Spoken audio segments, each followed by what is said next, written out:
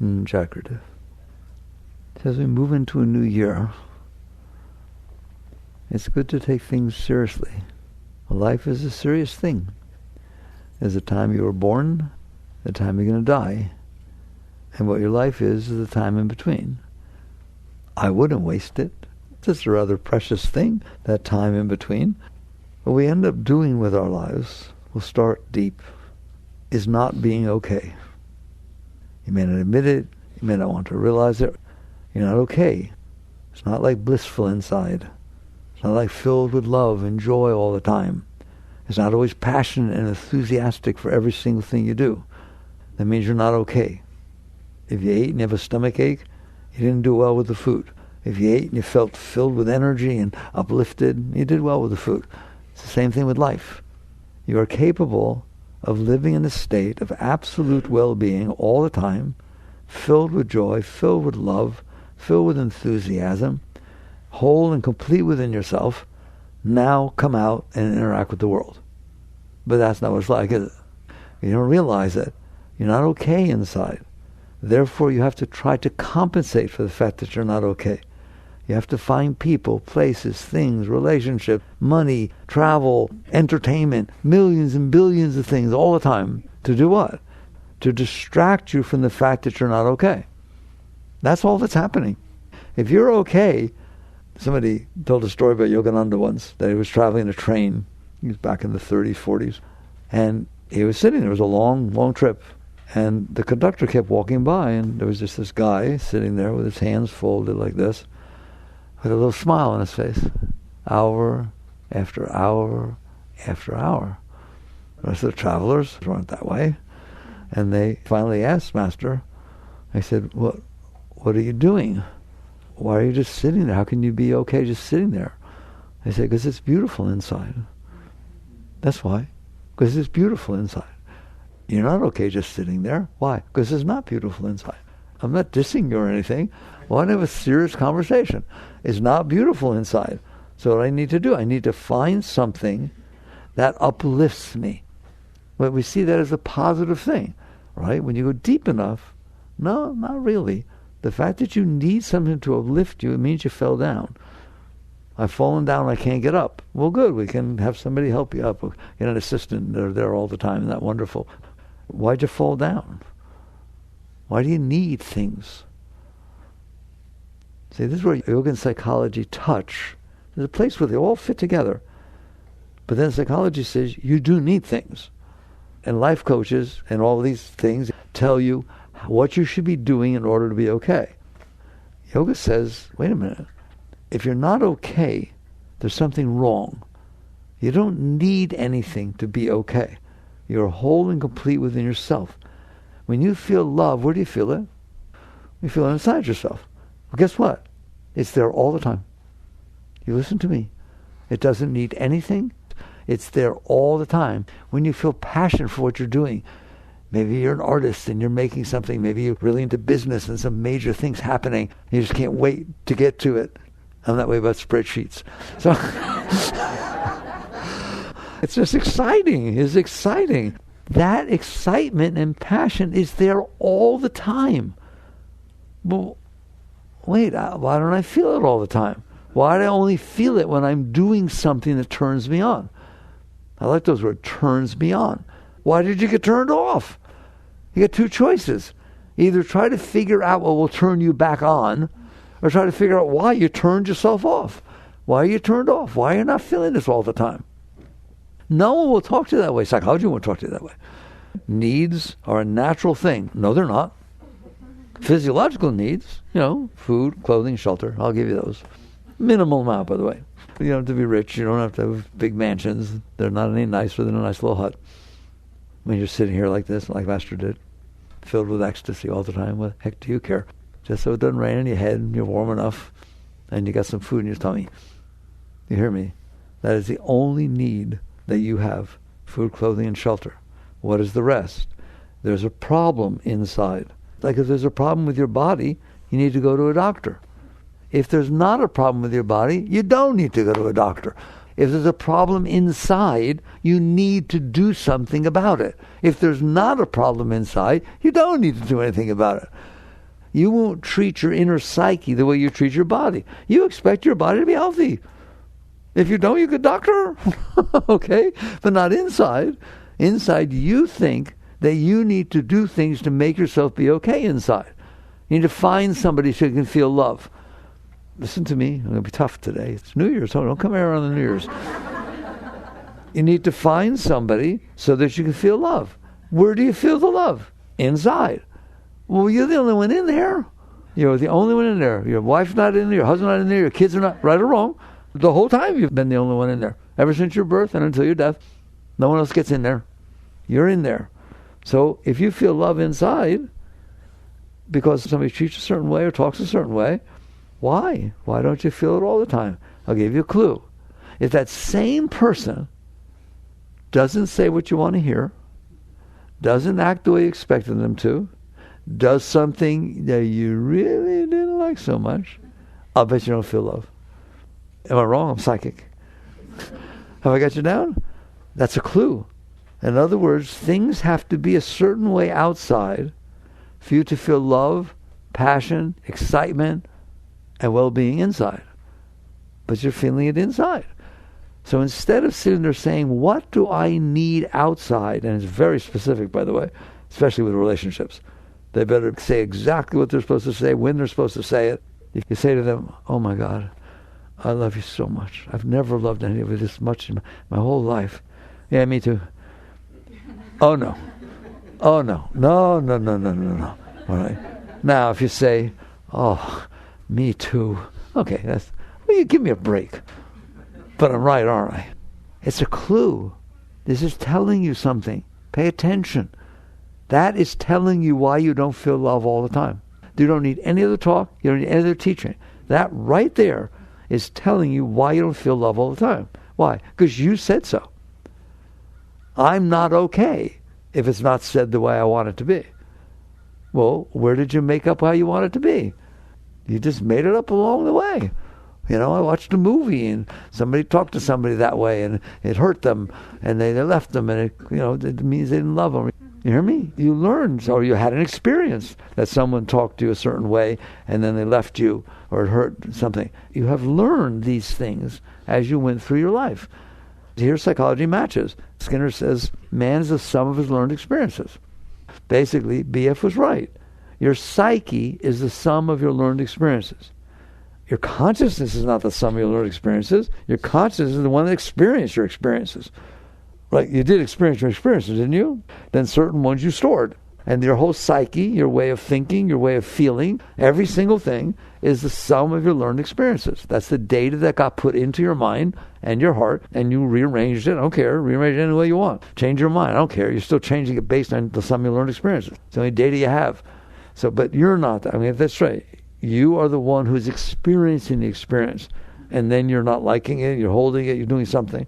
But otherwise, yes, you're the sum of your learned experiences.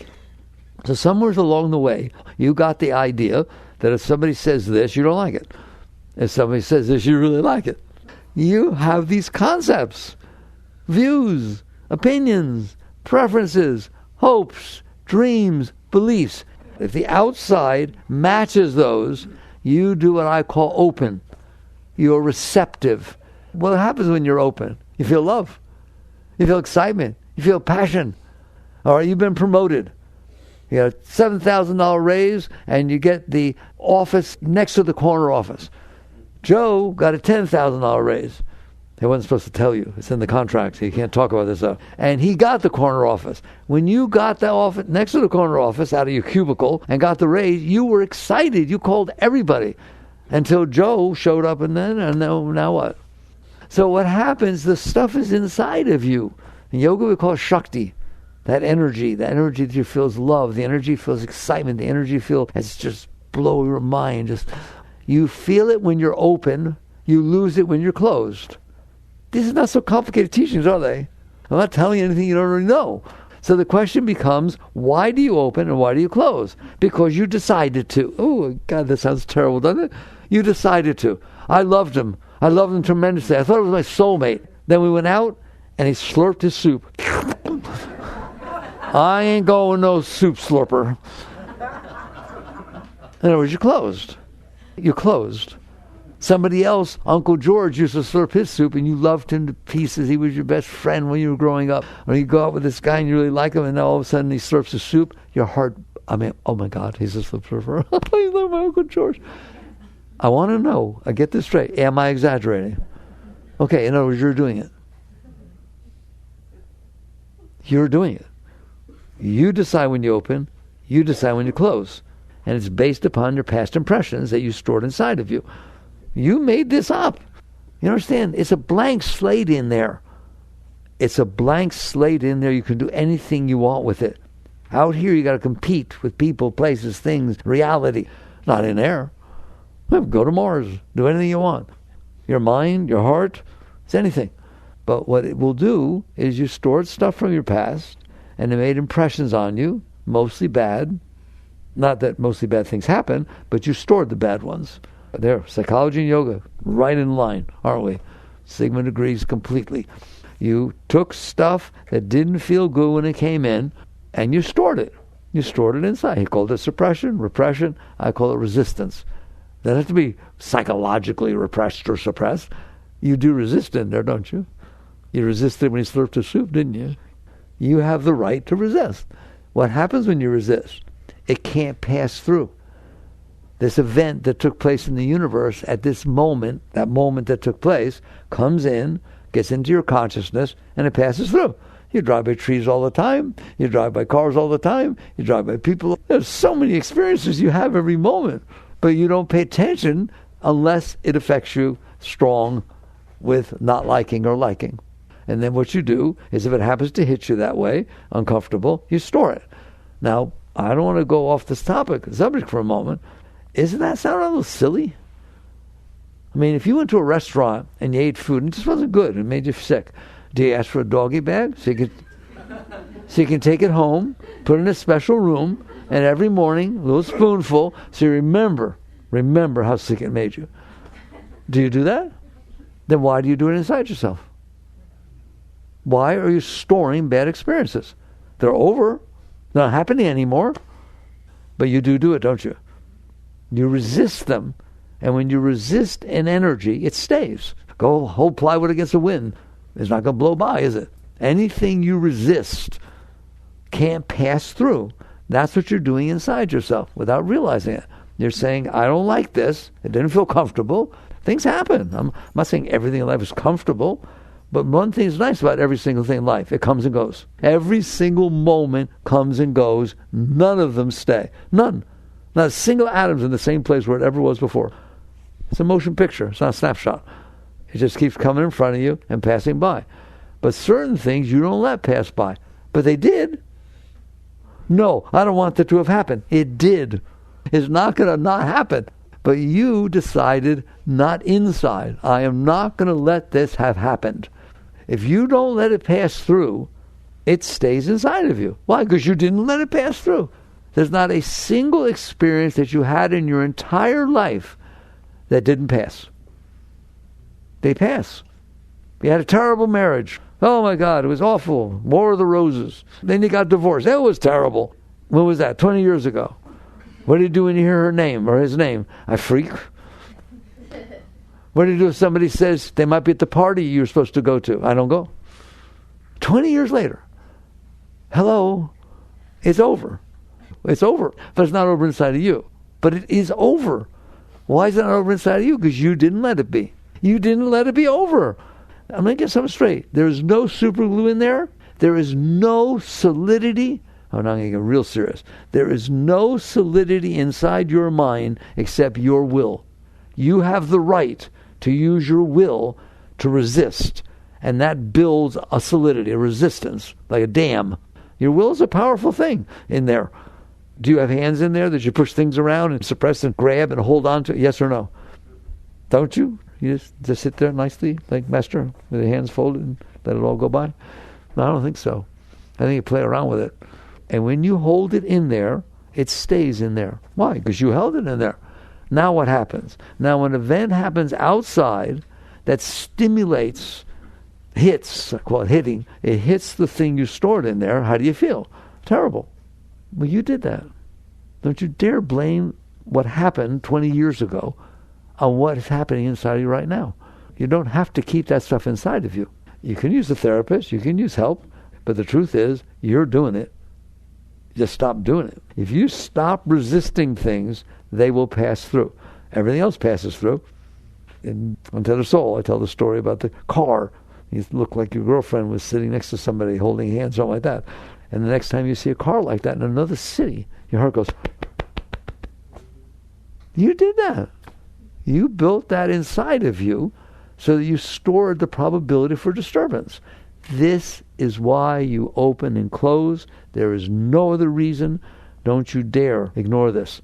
If you store stuff inside of you and something happens that stimulates it, and it was a negative thing you stored, you're going to close. So what do? I don't want it to happen. I don't want this. I don't want that. So now instead of just storing the stuff that you stored, you build another layer. So you stored the stuff in here. You don't want it to get hit. So what you do is build a concept in your mind of what needs to happen in my world to where I'll be okay. Like your bucket list is what you want to make sure you don't miss before you die. Your concepts of who you are and what you like and what you don't like is worse. You're just sitting here saying the moment in front of me had better be a certain way. And if it's not that way, I'm not okay. That's not the moment's fault. That's your fault. There's the great difference in waking up. I did this. I stored that inside of me. I built the concept that I don't want this to happen. I don't like this sort of thing, and so blah, blah, blah. And where in the world did Hitler get the idea there's something wrong with the Jews? I don't want to find out, okay? But he did, didn't he? I guarantee you, something in his past he stored inside of himself, and that made him be the way he was. Well, that caused some serious trouble, didn't it? Okay? Why is all this other stuff going on? Every single thing that has ever gone on is the same. Somebody stored some junk in there, either negative, so therefore they're out there trying to manipulate the world so that they don't have to feel the negativity, or they stored something positive, which I don't like talking to you about. I'd be satisfied if you let go of the negative. But you have to understand, the positive does the same thing. Why? Have a nice event. Go somewheres. I use the example in the new book. Go somewheres where a butterfly lands on your arm. And all your friends go, whoa, you're the butterfly whisperer. Now, that's a nice experience, right? Well, what happens when it takes off? Okay? And what happens when you tell your friends, oh my God, I went up there as a butterfly, come on, let's go up there, and it doesn't come back. You feel disappointment, don't you? You feel embarrassed, you feel shame. That's what you did with the positive experience. You made it negative. By wanting it to happen again, you ruined the experience. By wanting it to happen again, let me show you what you've done. You stored this positive experience instead of letting it pass through. What do you mean? It was fun. It was beautiful. Bring on. What's next? It was a beautiful experience. Who says there's not another beautiful experience? No, I want that one, don't you? I want exactly that one. I dated somebody in 5th grade, and she was so special, and we got along so well, and then her parents moved away, and she had to go. We never had a fight. We never had a nothing. She was a perfect relationship that ever was. I've been looking for it ever since. And saying no. Have I exaggerated? Okay, so if these are called some scars, negative and positive scars, things you store in there. So I store this positive thing in there. Now I'm looking for it. One, I'm looking for it, and I'm disappointed. Second, everything else that's happening doesn't make it into me. I'm not open to that.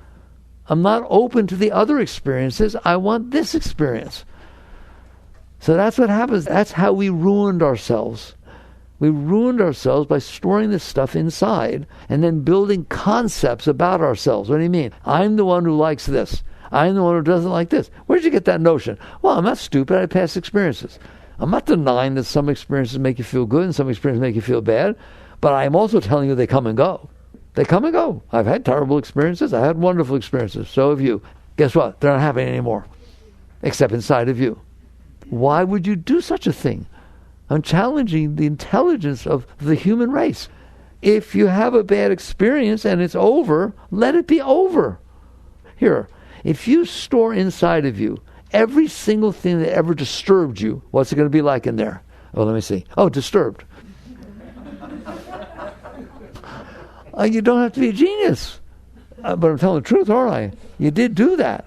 So now you understand why you don't feel love all the time. Now I understand why I don't feel passion all the time.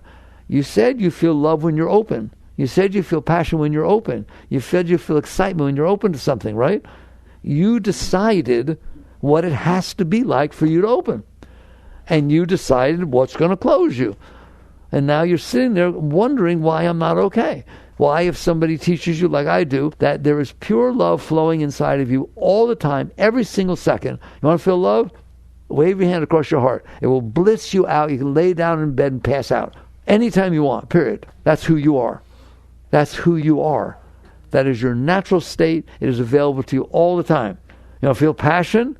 Look at the sky. Look at a tree. Look at a leaf. It'll blow you away. Why? Because you're open.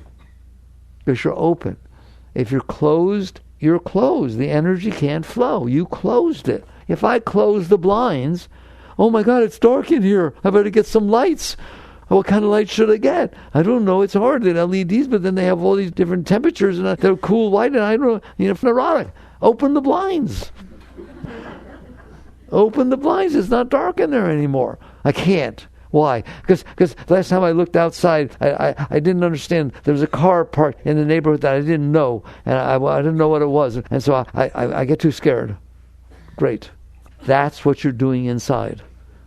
So the answer to this whole thing is stop storing things inside of you and making yourself a mess, and then trying to figure out what can happen outside that will make you feel better. There, I said it. You know the example I always use. You ate something that didn't sit well. You have a stomach ache. You're looking for the Pepto-Bismol, which you keep a nice supply of, and you can't find any. And a friend comes in and says, "What's wrong?" And you say, "I have a stomach ache." And they ask, "Why?" And you say, "Because I can't find the Pepto-Bismol." You need to meditate on that. That is not why you have a stomach ache. You have a stomach ache because of what you ate. You were trying to use the Pepto-Bismol to compensate for your stomach ache. That's a very, very different thing. That's not going to fix your stomach ache. You go eat this food again. It's the same thing inside. I'm lonely. Why? I don't have somebody special. Wrong.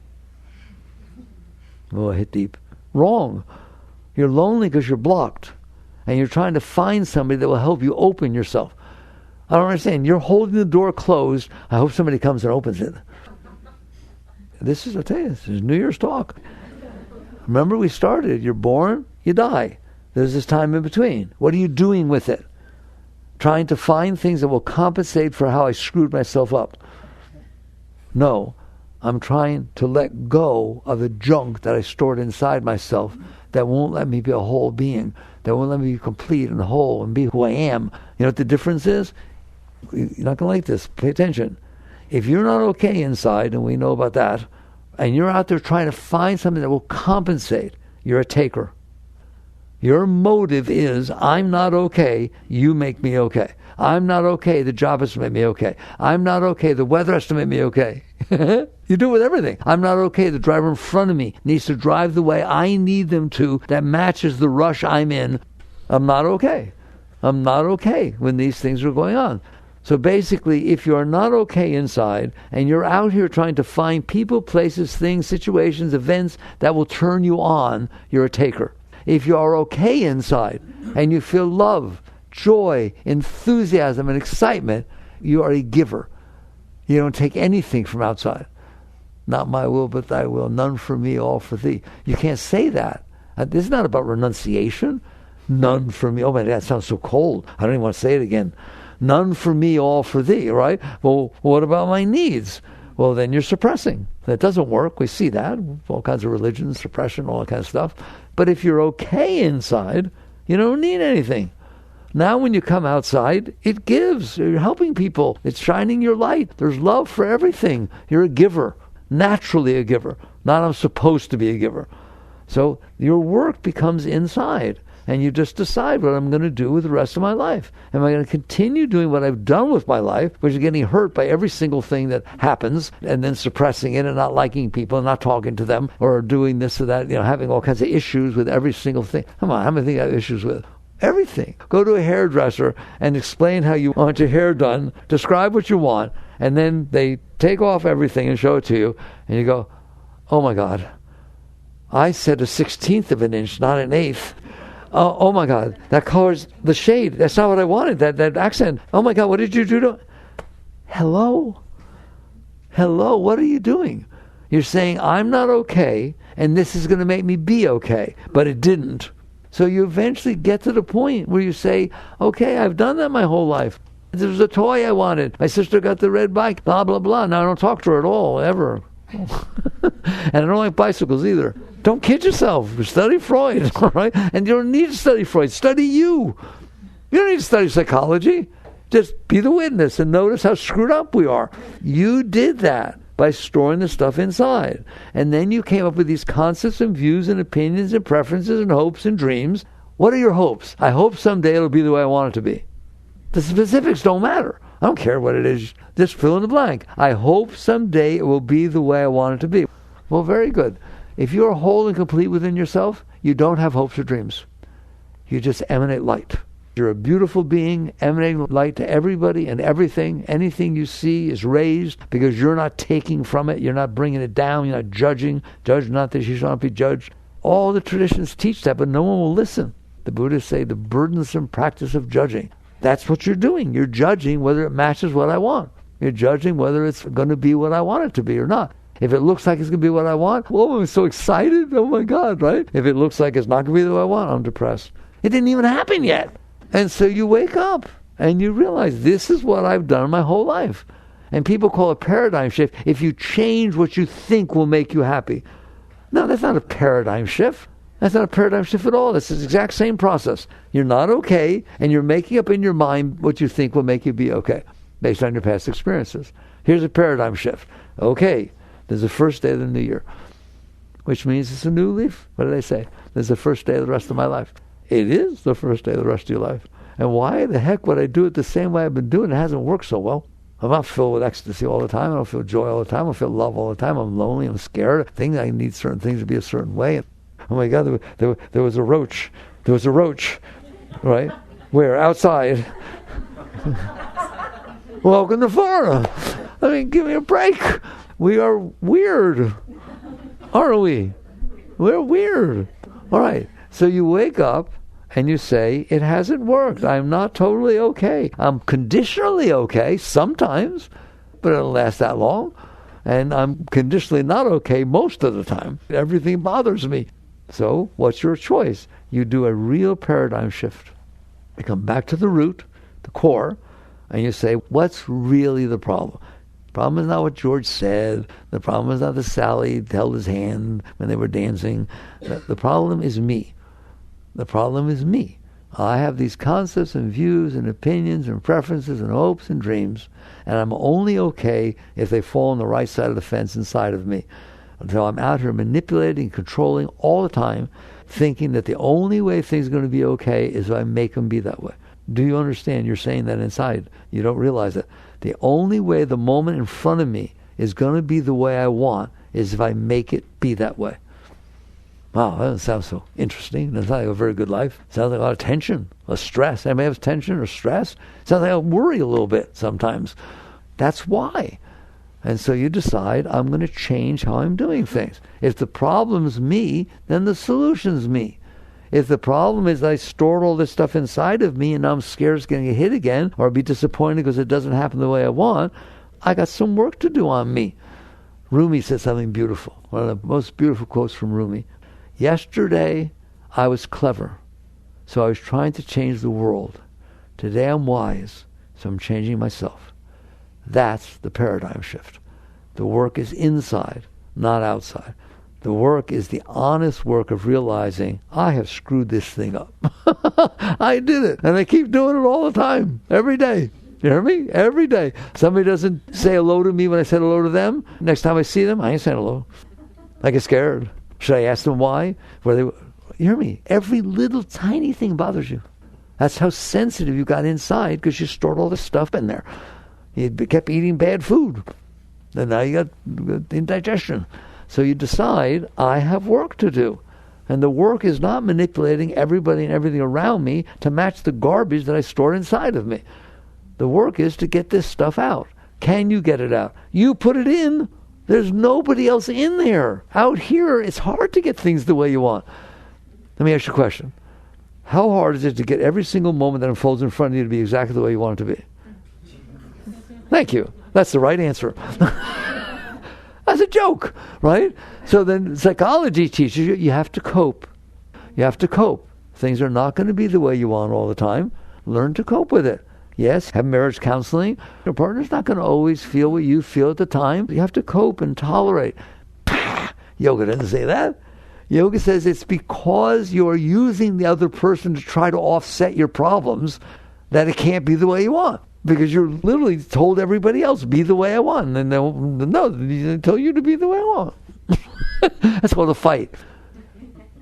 Sometimes it's a spat, and sometimes it's a fight. And sometimes it's irreconcilable differences. It just depends on how serious you are about it, right? Yeah, I got my way I want it to be. Your way you want it to be? It ain't working anymore. Of course it's not working anymore. You both have totally different pasts.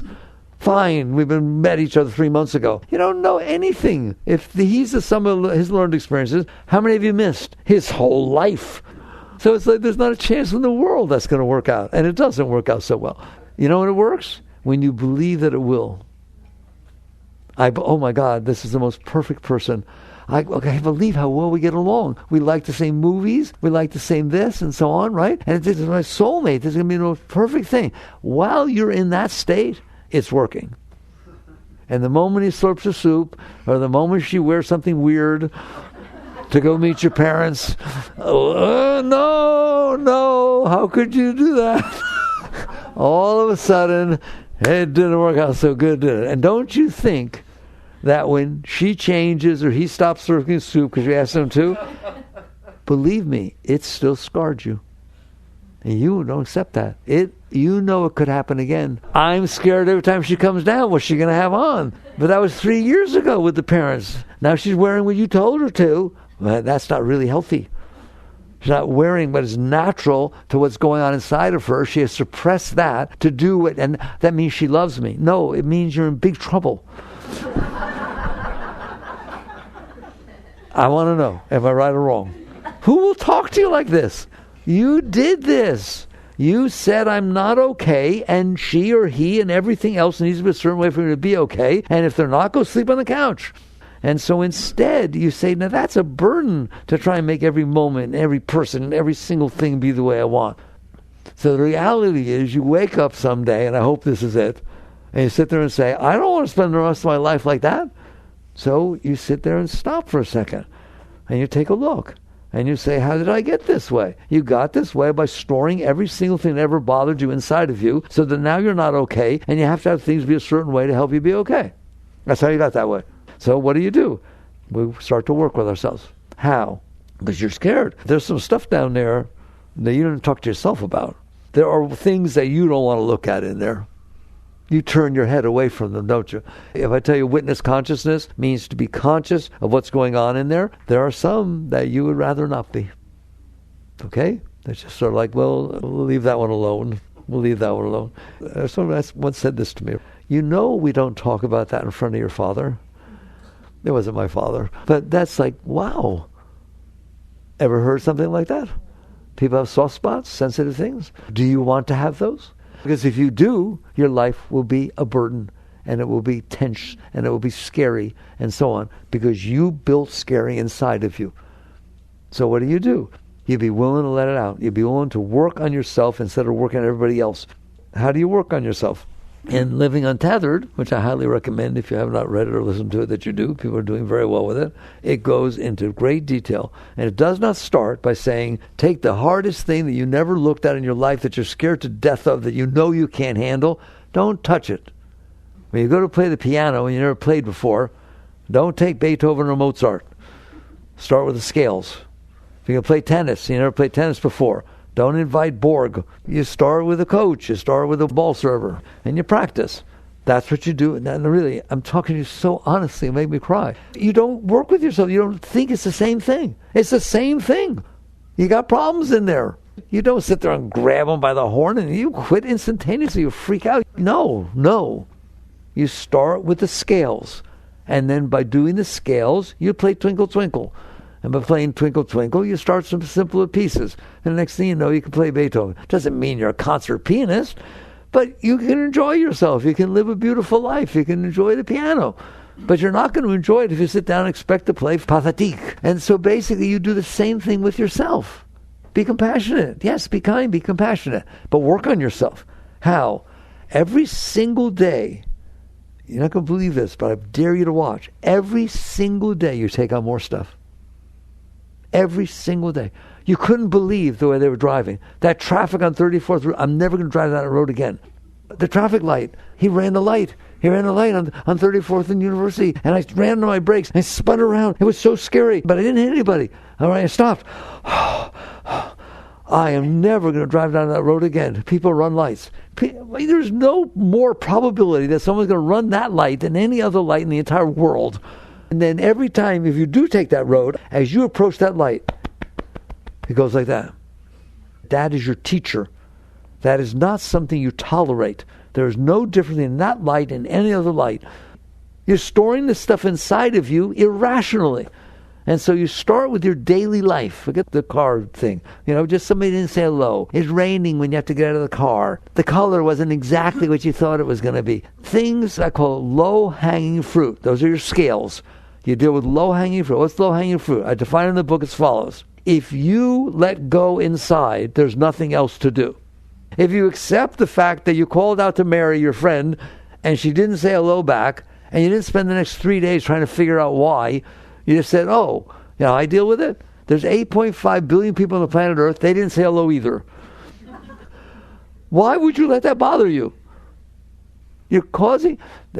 When I did the Oprah interview for Living Untethered, she said her favorite line in the book was, the moment in front of you is not bothering you.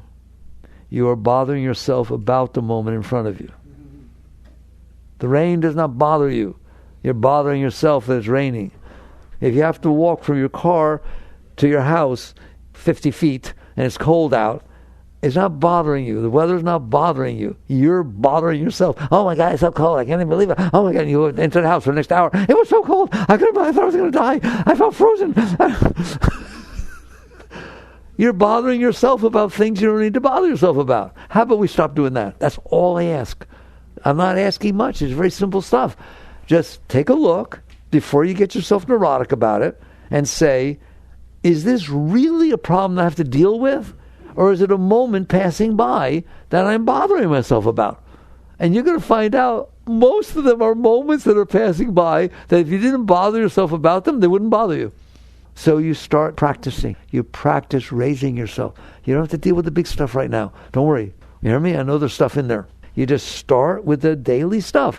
And you start in the morning, and you take your little 15 minutes in the morning, whatever you do, a little space, and you remember, I'm glad you meditate, but I want you to do this. The purpose of this day, it's a sport, to go through the day without taking on more stuff. And at night, you stop for a minute, you meditate, do whatever you want, mantras, but do this also. Did I take on anything that I didn't let go of today? Let it go. Let it go. Let it go. Remember, it's not that there needs to be anything done about it. You just bothered yourself about it. Oh my God, I dropped ketchup on my dress or on my pants. I was so embarrassed when I went to work. Everyone was looking at me. Everyone was staring at it. I know I had a coat on, but they could see it.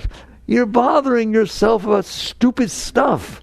That's all I'm asking. I beg you. It's that easy. I'm begging you to pay attention to the things you're bothering yourself about, that if you didn't bother yourself about, there's nothing to do about it. What's there to do about the fact that you got some mark on your pants? Nothing. There's nothing to do about it. Just accept, okay, fine, I got a mark on my pants. But you don't. You bother yourself about it. So if you will work with that, and people write me from all over the world, say, oh my God, it works. How can it not work? You stop bothering yourself about stuff that there's nothing to do about except not bother yourself. How do you not bother yourself? I don't care. Do a mantra, use positive thinking, breathe. I have fun. I told you, I'm big on using the higher mind. So let's say it's really hot out. Really hot. Oh, it's so hot. I'm so sweating. I'm so hot. I can't handle it. I stop him. He would be there if I let him. All right? I stop him. And I sit there and say, hey, hello, you, hello. Why is it so hot? I don't know. You do so know. You read, you study things, you like science stuff. Why is it so hot? Well, I guess the sun's doing it. What is the sun? A star. I see. So you don't like stars? Everybody likes stars. Nobody doesn't like stars. They're romantic. They twinkle. They're beautiful. And you're telling me that you're close enough to one of those stars to feel its heat? Wow. That's pretty neat, isn't it? Well, you are. And that's what's happening. And the thing's 93 million miles away. You know how far away that is? Miami's 360 miles away. If there was a fire in Miami, how big would it have to be for you to feel it in Gainesville? If the whole city caught fire at once, you wouldn't feel it here. That's 360 miles. That's 93 million miles away. And you're complaining about the heat. You should be in marvel. You say, oh my God, bring it on, man. It's not sunshine, it's starshine. You did not get a sunburn, you got a star burn. All of a sudden you change your attitude about things. Do you see that? That's the paradigm shift. You change your attitude. Why do I want to complain about this amazing planet that I'm on? That's spinning through space, through dark, black, empty space, and all these things are going on, and I'm complaining all the time. It's hilarious. How can you be okay if that's what you're doing? You can't. So you start with this low-hanging fruit, and I don't care how you do it. That's your business. Meditation, mantra, positive thinking. I don't care. Don't suppress it. There's no reason to suppress. I didn't suppress it. It was hot. I rejoice by the time I'm done. I rejoice in it. I look at the sun, and if I feel it shining on me, I say, oh my God, that's a star. I feel the light from a star 93 million miles away. Get off on it. Get off on the fact it's raining. Oh, it's raining. Yeah, that's a magic thing, rain. It waters the trees and the forests and your food. It's a really nice thing, rain. What does it mean it's raining? It means it's God's idea of an irrigation system that I didn't have to build. How does a black forest get watered? There's this giant sun in the sky, star in the sky, that evaporates water from the ocean, but there's salt in the water. Not when it evaporates. So it purifies all by itself, and then it forms a cloud, vapor, and then the wind blows it across to the middle of the black forest, and then it drops it down. Oh my God, it's an irrigation system, isn't it? And you're complaining. Wake up. Use your mind for something greater than to complain. Use your mind for something greater than decide what you want and complain that it's not happening. That's a pretty low thing to do with your brilliant mind. You built rocket ships. You, humankind, built rocket ships that went to the moon. You went to the moon. You don't have to be Armstrong. You went to the moon. You're the human race, and your race went to the moon. So you're the human race, and you have a human mind. Use it for something great. This is what the Living Untethered really talks to you this way. Use your mind. You're capable of doing what I just talked about with your mind. And instead you're down here deciding, what do I want because I stored this stuff and I don't like it and I'm scared. You're doing that to yourself. All right? Work on yourself every day to let go of what you're bothering yourself about, and miraculously you'll be less bothered. And you know what's going to happen next? Something bigger is going to happen. Some situation is going to happen that isn't something that you're just bothering yourself about. You need to deal with it. But instead of freaking out about it and then not being able to deal with it, I've been telling you all that lately. Have you ever used the word, I can't handle this? Do you know what that means? It means you can't handle it. Therefore, go away. You can't handle it. Here's an accident, there's blood on the road. I can't handle blood. You're no use to anybody. If you say I can't handle it, you're the worst person in the whole world to deal with the situation. So what do? Learn to handle things. Because what you mean when you say I can't handle it is it's freaking me out inside. It's hitting my stuff. I'm weird inside. I can't handle it. You don't have to be trained as a doctor to stop and help someone, right? Or anything. There's all kinds of stuff you can do. Doesn't mean you're the expert. That's like saying, I don't know enough about that. That's different than I can't handle it. I can't handle it. Something you're doing inside yourself. I'm so freaked out about it that I can't even deal with this. I can't talk about it. I can't handle it. Then you're the worst person in the world to deal with the situation. Okay, if you'll do the low-hanging fruit, you will have learned to play your scales. And you won't even realize it. All of a sudden, something will happen that you used to get real weird about, freaking out about, get all uptight, get closed, and you won't. What do you mean? One thing that somebody said to me many, many years ago that it moved me so deeply that I remember it. They said, I was at work, and then I was coming home, and I got in my car and started driving, and I realized something happened in there that would have freaked me out. I didn't even notice it. It didn't even do anything inside. The inside was perfectly fine. That's what's going to happen. Because you practice playing your scales, you can play Twinkle Twinkle. Because you practice letting go of this stuff that you're bothering yourself about that is not worth bothering yourself about, you're going to find out that something bigger happens, and you learned. You became a greater being. You became more capable of dealing with things. Then something bigger is going to happen. And what happens is every time you let go, you have less of a reason to close. If Sally didn't say hello and I got all weird about it, I'm going to close when I see her next time. If Sally didn't say hello and my mind said, okay, she probably had earbuds in, I have to stop. But I think what's most interesting, when you don't know what happened, why somebody did something, why do you think the worst? Why didn't he call? He probably got in a car accident. Oh my God, he's probably lying on the road dead. All right, he calls. Where are you? I'm outside in the front. I bought flowers for his anniversary. Did you forget? Oh, you don't remember what you just did to yourself. You always think the worst, okay? Stop it. Work with yourself. And you're going to find out you don't close as much. Why? You didn't store those soft spots in there. And all of a sudden you feel more energy. And then someday, because the sky is blue, it turns me on. And everything will turn you on because you're more open. And then some bigger things will happen. You'll find out, I want to see you when you get to this point. Something bigger happens. It's big. You got to deal with it. It's big. You got fired, the thing, something happened, and it's going on in there, and it's about to come up. And something inside, way deep inside, says, are you willing to give up love over that? Are you willing to give up the joy of life because that happened? And something is going to say, no. Oh, I want to see you when that happens. Something will say, no, I'm not. The only reason I wanted the job was to make money so I could go on vacation. I don't need a vacation. I feel wonderful. I'll walk around the block. That's my vacation. I'll watch a movie. It's like you just learn that you can let go of this stuff and stay open. And then you're going to find out this is nice. And then more and more life will unfold, and you're going to find out that you'll do better at life. You think, now I have to make it happen. No, life is very, very big. I have to stop. You can't read the book. Life is so big. Life is tremendous. It's big. It's got a 13.8 billion year history behind it. You don't decide what's going to happen in this moment. Good luck. Things are going on in Italy right now. Because you fly over there, they're not going to change. It's not going to be the way you want it to be. I'm yelling at you. Right? How can it be the way you want it to be? It's not going to be the way you want it to be. Doesn't mean you can't work with it, but not because you're complaining or have trouble with it. So basically you learn to say, I'm never coming down. I'm never coming down. I don't care what happens. I will start by dealing with it inside and saying, there's life. This is what happened. How do you know? Because it happened. And I'm going to deal with it and find a way to keep my joy. And I don't have to find a way to keep my joy. Just don't close. If I don't close, I keep my joy. And that's a better way to deal with things.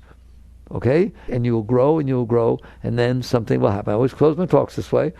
That's all nice stuff. You ain't seen nothing. All of a sudden, it's not a matter of not closing. It's not a matter of feeling some love. This energy, which you didn't know anything about it, starts rushing up inside of you all day. Just rushing up. The Bible calls it the rush of holy waters. Yoga calls it the flow of the Shakti. Because you opened that which is your natural state. You're a high being. You're very high. You're a great being. Starts flowing inside of you. And it's the most beautiful thing you ever experienced. It's beyond the love you feel, because the love you feel, the mind has to agree in order to open. You find the source of love is this energy. The source of joy is this energy. The source of everything is energy. And you start to realize this is the most beautiful thing there is. And you start to get a relationship with it. You start to have a relationship with that Shakti, with that energy flow. What's the relationship? I love it. I love it to pieces. Why would I not? Right? And you start saying, I will never leave you. Thou shalt love the Lord thy God with all thy heart, with all thy soul, and all thy mind. Now you realize you do. Why? What's that got to do with God? That's when you start. I love atheists. I love every religion. I love everything. And I want to wait until they realize that, tag, you're it. That energy goes up and eventually starts to pull you into it. Like, you know how you melt in the arms once in a while? Or you wish you could do it more of your lover? Or you watch a sunset and you're not there? You're not there. You melt into it. Subject and object merge. This thing starts to pull you into it, and it's going up. And someday, enough time, it takes time to be a mature, high being. You will realize, wait, this is nice stuff. Where's it coming from? Everything comes from somewhere. What's the source of that energy flow? And the only way you're going to seek the source is to go into it. And that's where the great masters went. That's when Christ said, my Father and I are one. That's where Mayor Baba said, my consciousness was a drop looking down at me. It fell into an ocean and became the whole ocean. All right? And you're capable of that union. Yoga means union. It means that. It doesn't mean asanas. It means that your consciousness melted back into the source of consciousness, which is the unspeakable word. And that's what's meant by God. That's what Christ talked about the Father. What did Christ say? The kingdom is within you. The kingdom is within you. You who's in there. You who's noticing the consciousness. That's where it all is. And you melt back, and that's where the great masters went, into merger. So we're not just playing around with not being okay. You're way beyond not being okay. And you're way beyond being okay. You hear me? You are a very, very great being. You're the source of everything. And we just finished Christmas, so I had my sayings down, right? Who else would say such a thing? How about Christ? As I sit by the throne of my Father, it's the seat of consciousness. As I sit by the throne of my Father, so you shall sit by my throne. And these things that I do, you should do these and even greater things. All right? The great ones came to tell you something. You just ain't listening. It is true that man was created in the image of God. So the high that you are, how about we use our life to explore this stuff? You can explore the greatness of your being. All right. Happy New Year. Chakradev.